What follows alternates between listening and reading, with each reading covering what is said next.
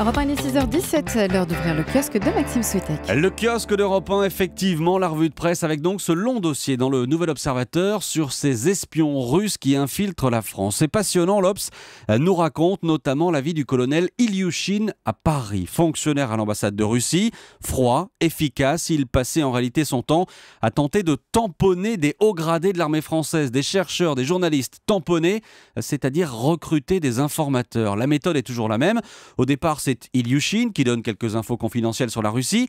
Il offre aussi des petits cadeaux, stylo Montblanc, bouteille de whisky de grande marque. Puis il passe à la phase 3. La phase 3, les gros cadeaux. Un voyage au bout du monde pour toute la famille, par exemple. Si la cible accepte, c'est qu'elle est mûre pour faire son entrée dans le monde glauque de l'espionnage russe. C'est ce que nous raconte le Nouvel Observateur. Le petit manège du colonel Ilyushin a fini par être repéré par le contre-espionnage français. Il a pris ses clics et ses claques, direction Moscou, où il est devenu général. Dans la presse également ce matin, les révélations du télégramme sur la SNCF. Oui, révélation sur un accident qui s'est produit en 2006. Une voiture percutée à un passage à niveau entre Brest et Morlaix. La conductrice meurt sur le coup. Le premier expert conclut un suicide, mais la famille n'y croit pas. Nouvelle expertise, et là, les conclusions sont totalement différentes et elles sont accablantes pour la SNCF. C'est ce que nous dit ce matin le Télégramme. En réalité, les barrières de sécurité ne se sont pas abaissées, sans doute à cause d'un faux contact.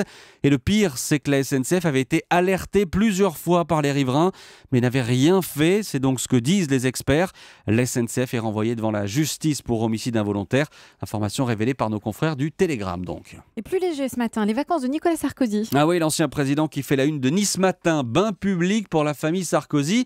La une aussi de Paris Match, deux amoureux en vacances. On voit Carla Bruni et Nicolas Sarkozy sur un scooter sans casque. On les voit aussi en famille à la plage. Alors oubliez les photos sur une petite crique privée. Là, les Sarkozy ont installé leurs serviettes sur une plage de Cavalières au milieu des touristes. Sous-entendu, comme monsieur et madame tout le monde. On va en reparler, un décryptage est forcément nécessaire ce matin, ce sera dans le journal de 7h30. Vous verrez qu'à la plage, Nicolas Sarkozy prépare aussi surtout sa rentrée. Et puis autre photo dont je voulais vous parler, elle est en première page de Corse Matin avec ce titre « Il arrive », photo impressionnante du Costa Concordia ou de ce qu'il en reste. L'épave escortée par plusieurs remorqueurs, elle va passer aujourd'hui au large du Cap Corse et c'est ce qui inquiète évidemment beaucoup de monde là-bas. Et puis il nous reste encore un petit peu de temps, assez pour vous dire un mot du coup de sang de Patrick Vieira. J'ai trouvé ça dans le Parisien.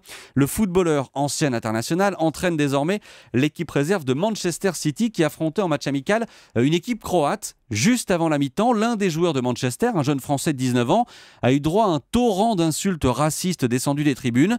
Eh bien, Patrick Vieira n'a pas hésité. Il a demandé à toute son équipe de quitter la pelouse. Retour au vestiaire. Fin du match.